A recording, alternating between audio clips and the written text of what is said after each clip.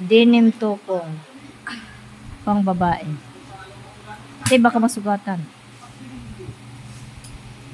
Tulo ohog ah. Ikaw naman. Ako naman.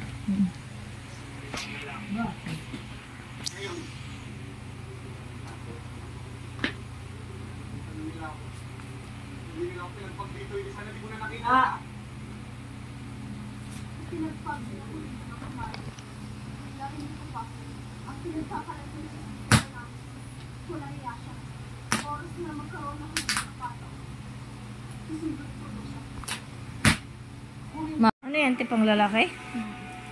Hindi, pang babae yan. May halo lang.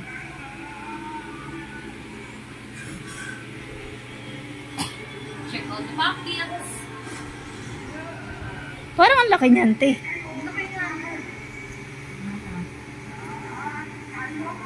Ba't lalaki natin? Hindi, maganda. May halo. May lagay dun sa pang lalaki. Hindi kaya pang plus size.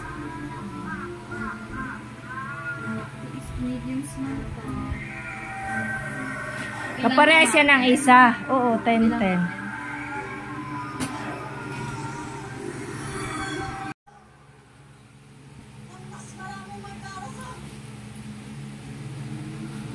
Ay, wala pala itong mga ano.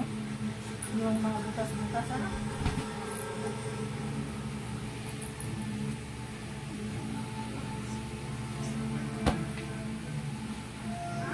$1.5 lang ito. Bakit ito nakadikit na ganito? Oh, ano ba yun? Tingnan mo.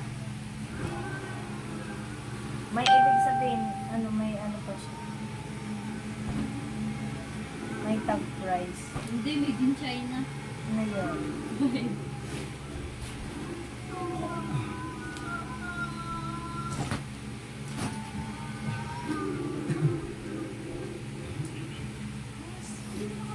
Sige, pagpagoy.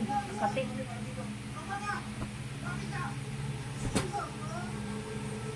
Huwag muna talaga ito. Ang pako. Ayan muna, natataya din yun.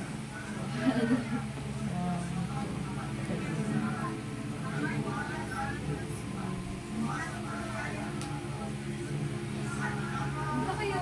Ang ganda oh.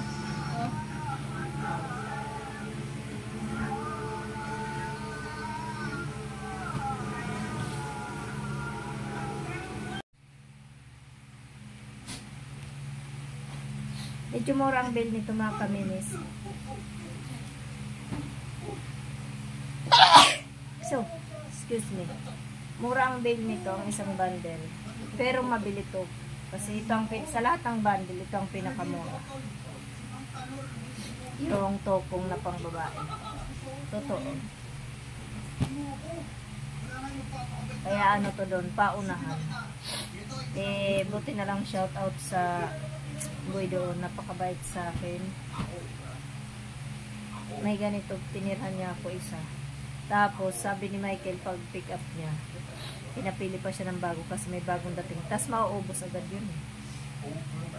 Wala yun, sandali lang yun, may kukuha agad yun. Parang sa halimbawa, mga taga-Palawan, ang mga tinitinda, mga shorts lang, ganun.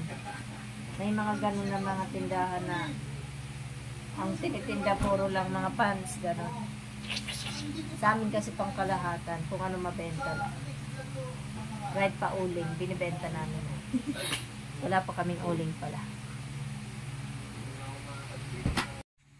Okay, well done. Nagulat. Thank you ate sa pagtulong. It's already 11 na. Oh my God, 11.